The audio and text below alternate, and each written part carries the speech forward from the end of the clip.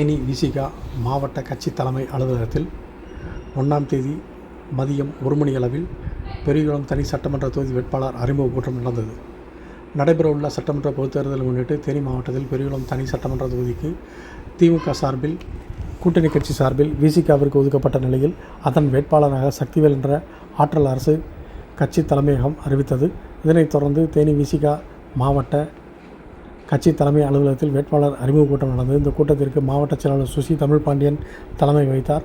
முன்னாள் மாவட்ட செயலாளர் ரபீக் மற்றும் நிர்வாகிகள் தமிழ்வாணன், தேனி நகர செயலாளர் ஈஸ்வரன் உள்ளிட்ட ஏராளமான நிர்வாகிகள் கலந்து கொண்டனர்.